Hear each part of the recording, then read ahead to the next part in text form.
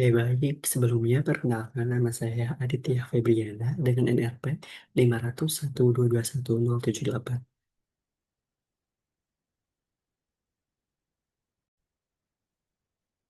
Ya, jadi pada kesempatan kali ini saya akan menjelaskan mengenai optimisasi global tentang simulated annealing dan juga genetic algorithm.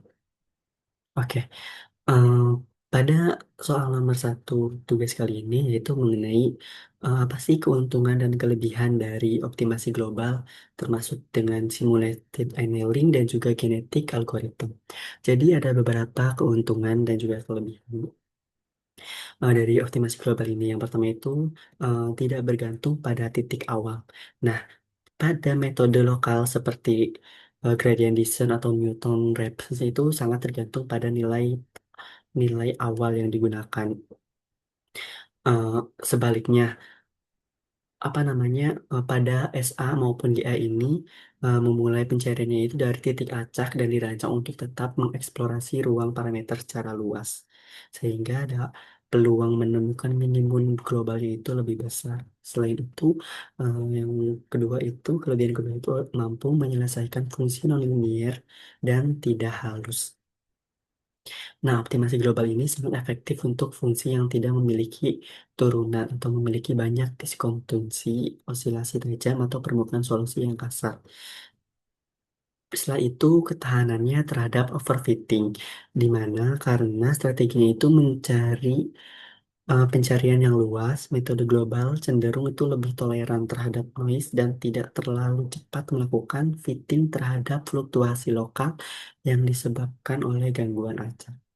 Nah, kelebihan yang terakhir itu ada pada metode global SA dan GA ini tidak membutuhkan informasi derivatif atau Jacobian.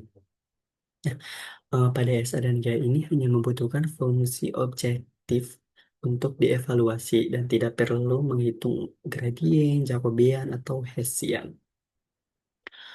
Oke, pada soal selanjutnya itu mengenai data degenerasi. DOPS di mana datanya DOPS itu menggunakan persamaan D terus sama dengan Y sama dengan cos omega 0 M1X plus M1 kali M2, di mana true model M1-nya itu di angka 2,5 dan M2-nya itu 6,0 dan omega 0-nya itu di angka 20 dengan X-nya itu rentang dari 0 sampai 2. Nah, Eh, untuk source code-nya itu seperti ini. Saya sudah membuatnya dan ya kurang lebih seperti ini. Oke, langsung aja kita run untuk hasil pada tanpa noise di nomor 2 ini.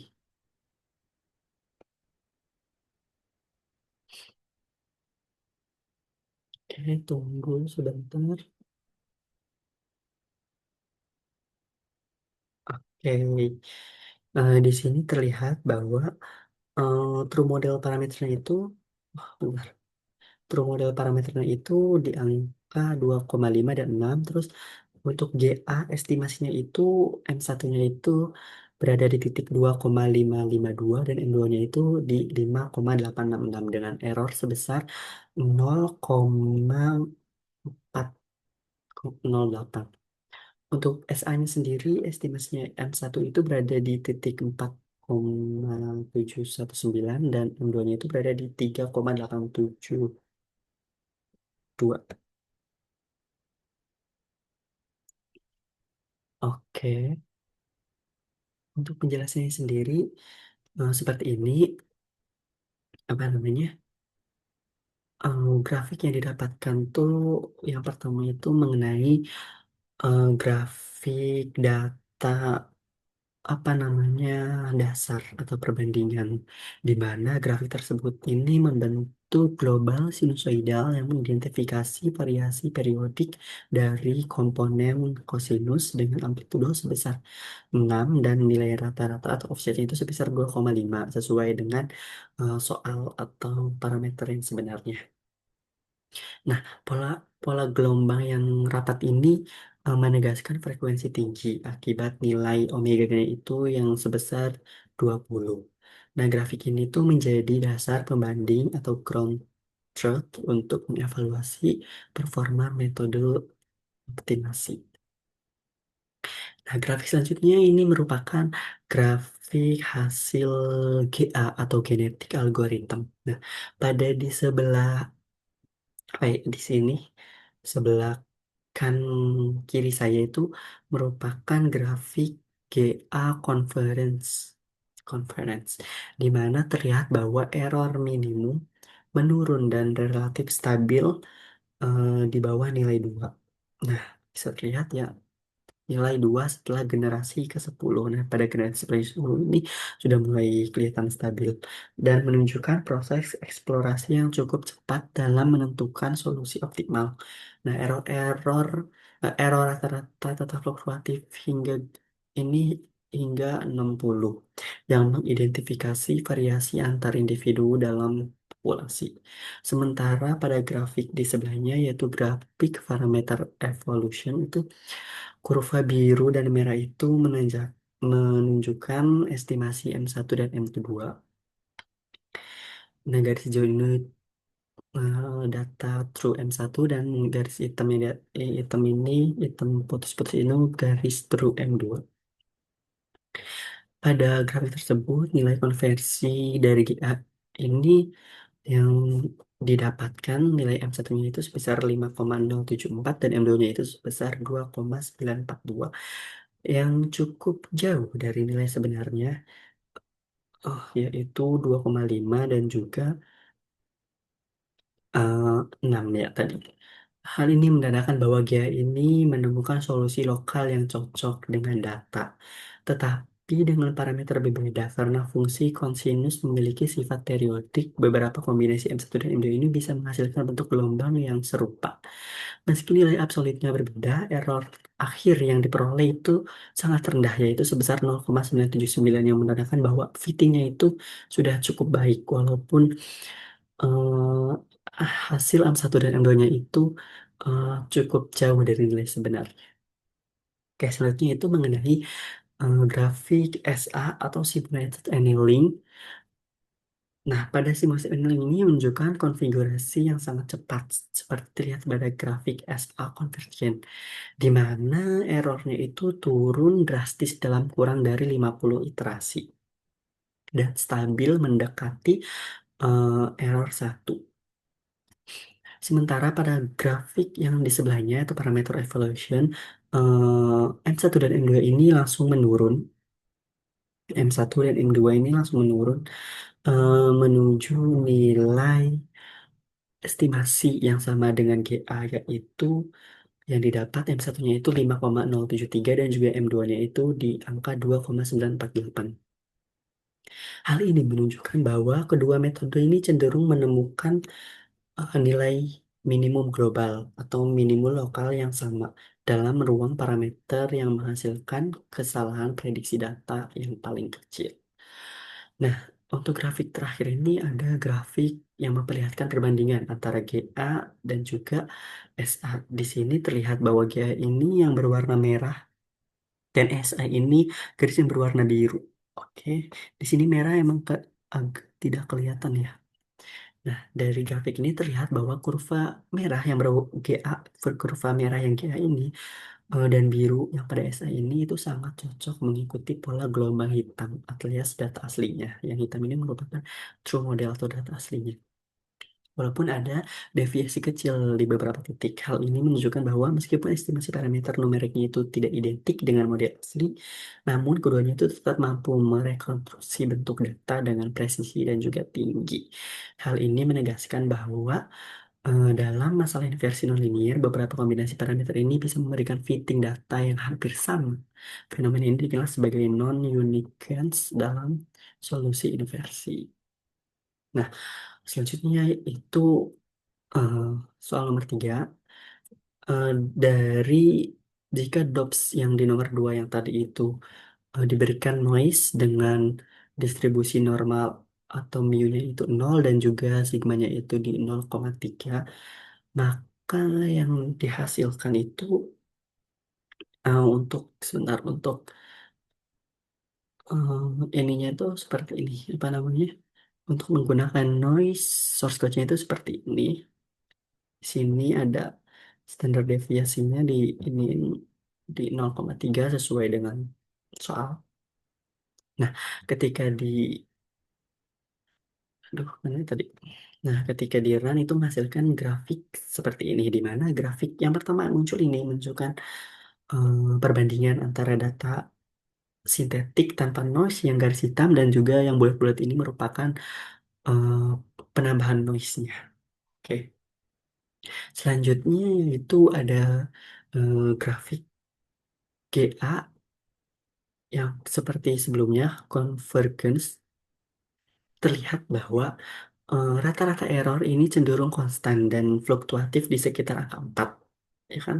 Di sini tuh sekitar angka 4 ini eh, agak stabil dan juga fluktuatif meskipun errornya itu minimum telah menurun di bawah angka 2 sejak awal. Hal ini mengidentifikasi bahwa hanya sebagian kecil individu dalam populasi yang mendekati polusi optimal, sementara sebagian besar masih cukup jauh dari minimum global. Sementara pada GA parameter evolution ini parameter estimasi dari GA-nya itu didapatkan N1-nya itu 3,121 dan juga M2-nya itu 4,804-nya. Estimasi ini berbeda cukup jauh dari nilai sebenarnya yaitu di 2,5 dan juga 6. Nah, hal ini terjadi bias akibat algoritma mencoba menyesuaikan terhadap titik noise yang membuatnya terjebak dalam kombinasi parameter yang mengkompromikan akurasi model demi mengurangi error lokal. Namun, meskipun nilai yang didapat M1 dan MD-nya itu cukup jauh, error yang tercatat itu lumayan kecil, yaitu kurang dari satu atau 0,98, hampir satu. Eh, Hal ini kualitas estimasinya secara fiksi itu masih kurang tepat ya dengan kasus tanpa noise. Oke, selanjutnya data pada simulasi annealing atau SA. Nah, pada SA ini menunjukkan jauh lebih baik daripada GA atau kasus sebelumnya yang tanpa noise. Nah, pada grafik SA ini, konvergen ini menunjukkan bahwa base errornya itu menurun lebih cepat dan stabil di angka 0,39 atau di 0,4 gitu. Jauh lebih rendah dibandingkan GA. Hal ini menunjukkan bahwa SI ini lebih efektif dalam menghadapi noise dan menghindari jebakan minimum lokal. Nah, sementara pada parameter evaluation, hasil SA-nya itu sendiri, yaitu di M1-nya itu di angka 2,486 dan juga M2-nya itu di angka 6,117, yang dimana angka tersebut itu sangat mendekati nilai sebenarnya. Eh, Nah, keunggulan ESA sendiri ini itu tampak jelas, yaitu meskipun data menggunakan noise, algoritmanya itu tetap mampu mengarahkan solusi menuju parameter asli dengan error yang sangat kecil, yaitu 0,39. Hal ini menunjukkan bahwa kemampuan SI ini dapat menyeimbangkan eksplorasi dan eksploitasi secara efisien, terutama dengan probabilitas menerima solusi buruk di awal proses optimasi dibandingkan dengan dia itu sendiri. Nah, berikut ini merupakan perbandingan eh, GA dan juga standar dan juga SA dengan menggunakan noise. Di sini grafik ini terlihat bahwa hampir sama dengan data data aslinya dan ini menggunakan noise-nya. Hal ini terlihat bahwa kurva SI ini yang warna biru itu sangat dekat dengan kurva hitam dibandingkan dengan yang berwarna merah atau yang GA itu sendiri. Hal ini menunjukkan pada kurva SI ini estimasi parameternya itu yang berhasil mengabaikan efek noise dan menangkap pola mendasar dari data. Sementara pada kurva GA ini tampak lebih kasar dan seringkali menyimpang dari bentuk gelombang aslinya. terutama di bagian puncak dan lembah. Ini sangat tidak sesuai, tidak seperti SA. Hal ini mengidentifikasi bahwa nilai GA ini lebih sensitif terhadap noise dan kurang mampu merekonstruksi model dasar dengan akurat. Oke, soal selanjutnya itu mengenai apa sih pengaruh pemberian noise dan dibandingkan dengan tidak adanya noise atau noise free terhadap hasil model inversi M1 dan M2. Nah, pada dampak GA, eh, pada GA atau genetik algoritma itu, data tanpa noise ini tuh didapatkan M1-nya itu di 5,074 dan M2-nya itu 2,945 dengan error sebesar 0,979. Sedangkan data dengan noise ini didapatkan bahwa M1 itu di 3,121 dan M2-nya itu di 4,804 dengan errornya itu 0,983. Nah, pada GA ini meskipun errornya itu telah hampir sama, dan nilai parameternya itu namun nilai parameternya itu berubah drastis. Hal ini menunjukkan bahwa GA ini terpengaruh oleh fluktuasi lokal dari noise.